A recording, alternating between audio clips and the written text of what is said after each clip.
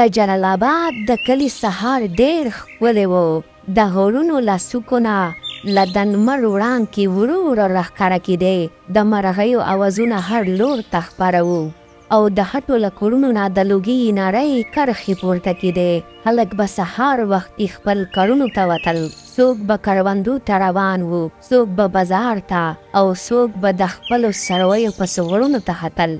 په همدې کلي کې یو غریب مزدور اوسېده چې نوم یې سلیم و. سلیم ډېر تور رنګې سړی و. قد یې چږ، لاسونه یې د سخت کار له امله کلک شوي وو او پر مخ یې د ژوند د ستړیا نښې ښکاره وې. د هغه ښځه رخسانه نومېده. هغه هم توره رنګه وه، خو زړه یې د ژوند له سختیو نه نور هم دروند شوی و. دوی 10 کاله مخکې واده کړی و. دا واده په لومړیو میاشتو کې هر څه ښه و، خو وروسته غربت، د خلکو خبرې او د ژوند سختۍ د دوی ترمنځ د مینې ځای ونیو. رخسانه به اکثر د خپل قسمت نه شکایت کوو. یوه شپه باران ډېر سخت ورېده. د دوی د هټو د کور چت نه اوبه څڅېدې. ماشومان ویده وو او سلیم د ستړي وجود سره له مزدورۍ کور ته راغی. جامې یې ټولې لمدې وې. رخسانه ورته په غوسه وویل: زما قسمت خراب و چې ستا غوندې تور سړي سره مې واده وکړو. سلیم د ورځې له ستړیا او د ژوند له دردونو نه ډک و. د هغې خبرې یې زړه وسوځاوه. هغه هم په غوسه شو او ویې ویل: ته کومه سپینه یې، ته هم توره یې. دا خبره د رخسانې په زړه لکه چړه ننوتله. هغه چوپ شوه، خو سترګې له اوښکو ډکې شوې. دا د دوی د ژوند لومړۍ جګړه نه وه. تقریبا هره ورځ به یې جنګ کوو. کله به د ډوډۍ په سر، کله به د غربت په سر او کله به د یو بل د رنګ په سر. رخسانه به کله چې د کلي نوره ښځو ته کتل، زړه به یې ماتېده.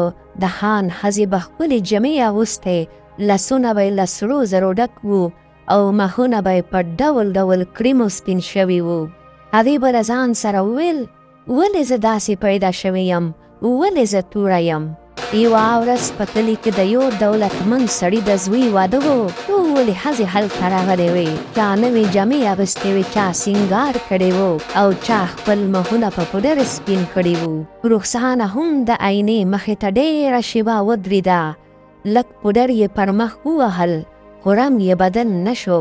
کله چې واده ته ورسېده، د کلي یوې ښځې په ټوکه وویل: رخسانې، ته او ستا خاوند خو بلکل یو شان یاست. دواړه دومره تور یې چې په شپه کې به نه ښکاره کېږئ. ټولې ښځې وخندل. رخسانه هم لږه مسکا وکړه، خو زړه یې ټوټې ټوټې شو. هغه شپه چې کور ته راغله، سلیم لا نه و راغلی. کله چې هغه راغی، رخسانه پرې راوغورځېده. ستا له امله خلک راباندې خاندي. سلیم حیران شو. ما څه کړي دي؟ هغه یې وویل: که ته ښایسته وی، که دولتمن وی، نو نن به خلک زما عزت کوو. سلیم غلی شو. هغه پوهېده چې غریب دی، پوهېده چې تور دی، خو دا هم ورته معلومه وه چې هغه له خپل وس نه زیات د خپلې کورنۍ لپاره خواري کړې دی. هغه شپه تر ناوخته ویښ و. د باران اواز یې اورېده او خپل ماشومتوب یې وریاد شو. کله چې کوچنی و، د کلي هلکانو به تور کرغه ورباندې غږ کوو. په مکتب کې به څوک ورسره نه کېناستل. یوه ورځ یې د خپل ټولګي یوه نجلۍ خوښه شوې وه، خو هغې ورته وویل: زه له تور هلک سره خبرې نه کوم. هم هغه ورځ سلیم ډېر ژړلی و. رخسانه هم له ماشومتوبه د خلکو د خبرې قرباني وه. د هغه ترور به ویل: دا جینۍ ډېره توره ده.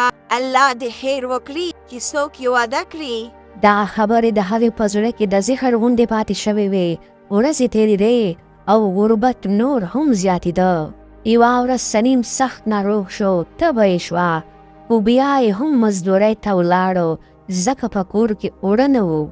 ماښام چې راغی، د کور په دروازه کې ولوېده. رخسانه ورخطا شوه. سلیم! هغې زر اوبه ورکړې، خو سلیم بې حاله پروت و. ټوله شپه رخسانه د هغه سر ته ناسته وه. په لومړي ځل یې په زړه کې ویره پیدا شوه. که سلیم مړ شي، زه به څه کوم؟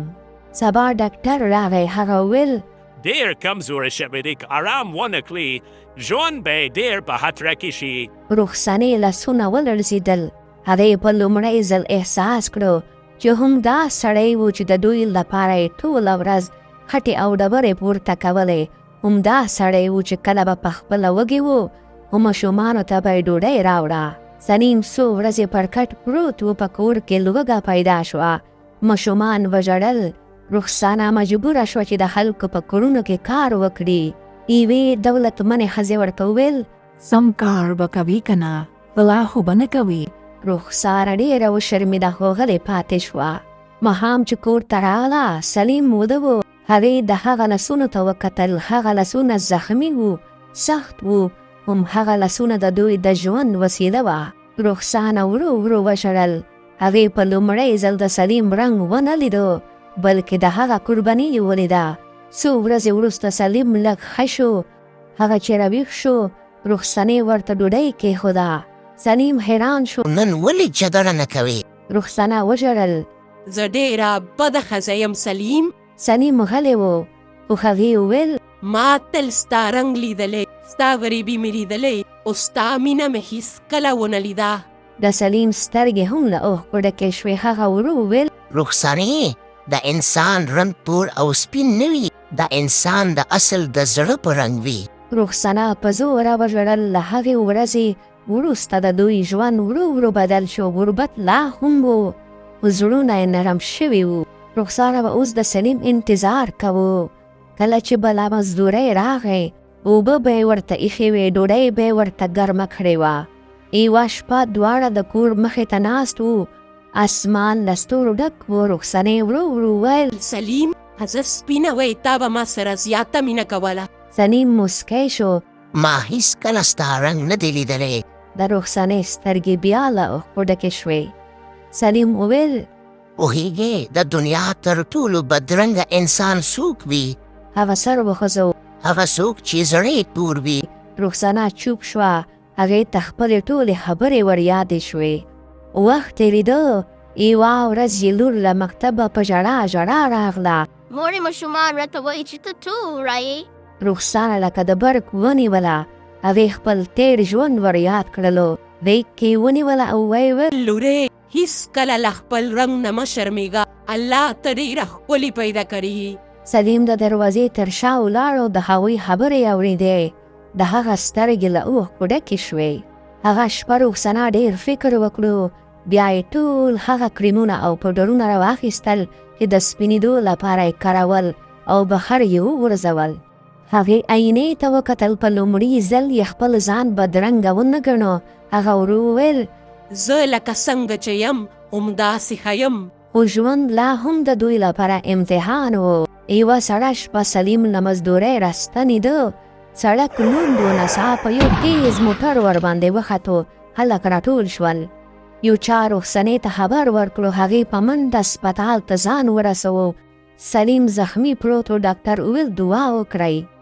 رخسانه د هغه تر څنګ کېناسته او په ژړا شوه. خدای لپاره ما یوازې مه پرېږده.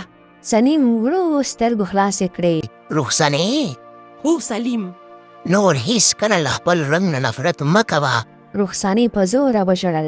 سلیم د هغې اوښکې پاکې کړې او ورو یې وویل ته ډېره ښکلې یې. هم دومره یې وویل او لاس یې بې حرکته شو. رخسانه چغه کړه سلیم. د هغې چغه ټول هسپتال ولړزوه.